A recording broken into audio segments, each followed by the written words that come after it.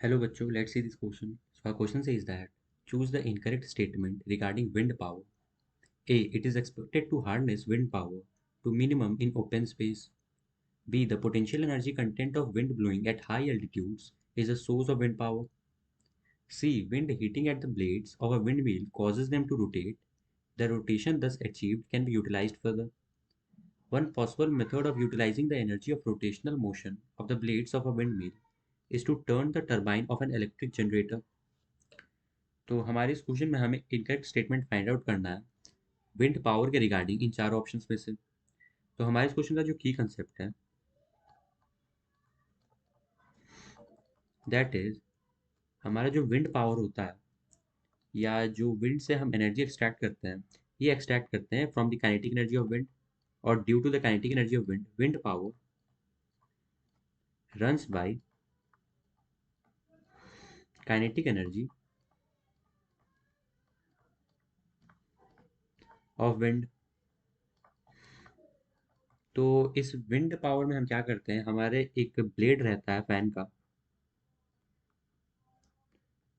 और इसको हम लोग प्लांट करते हैं एट अ लार्ज एरिया। जहाँ हमारा लार्ज लैंड एरिया रहता है वहाँ पे ऐसे बहुत सारे फ़ैन हम प्लांट करते हैं और हमारा जो विंड का काइनेटिक एनर्जी है उसके वजह से ये फ़ैन रोटेट करने लगता है। और ये अगर रोटेट होगा तो इसको हम लोग अब इससे different types of energy form कर सकते हैं। इसको हम लोग टरबाइन से कनेक्ट कर सकते हैं जो कि जनरेटर से कनेक्ट होता है हमारा, और उससे हमारी इलेक्ट्रिसिटी प्रोड्यूस हो सकती है। तो ऐसे ही हम इसका बहुत सारा एनर्जी यूज़ कर सकते हैं।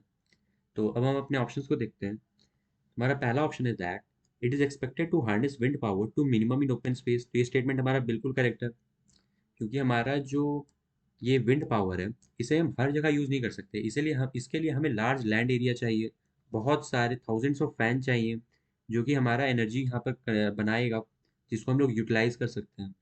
तो इसीलिए ये स्टेटमेंट हमारा बिल्कुल करेक्ट है। बी स्टेटमेंट में हमारा ये बोला जाता है कि potential energy content of wind blowing at high altitudes is the source of power. कि हमारा जो यहाँ पर ये विंड रोटेट हो रहा है, ये मान लीजिए हमारा फैन रोटेट हो रहा है, ये पोटेंशियल एनर्जी ऑफ विंड की वजह से रोटेट हो रहा है। तो ऐसा तो नहीं है, ये रोटेट हो रहा है due to the kinetic energy of the winds, not due to the potential energy. तो ये स्टेटमेंट हमारा गलत है।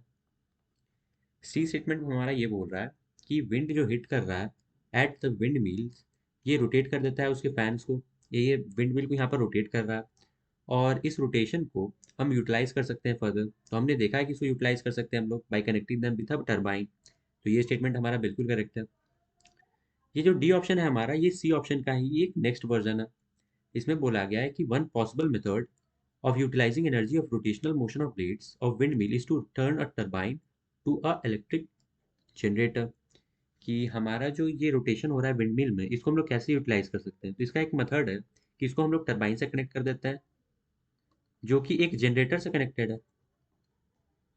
ये हमारा जनरेटर है और ये टरबाइन है। तो ये स्टेटमेंट हमारा बिल्कुल करेक्ट है कि जब टरबाइन रोटेट होगा हमारा तो उससे जनरेटर हमारा इलेक्ट्रिसिटी प्रोड्यूस करेगा। तो डी ऑप्शन हमारा बिल्कुल करेक्ट है। और हमारे इस क्वेश्चन में हमसे पूछा गया था इनकरेक्ट स्टेटमेंट के बारे में, जो कि हमारा बी वही एक इनकरेक्ट है, बाकी सारे तो सही हैं। So now we can conclude that option B is the correct answer for this question. Hope you got this well, best of luck.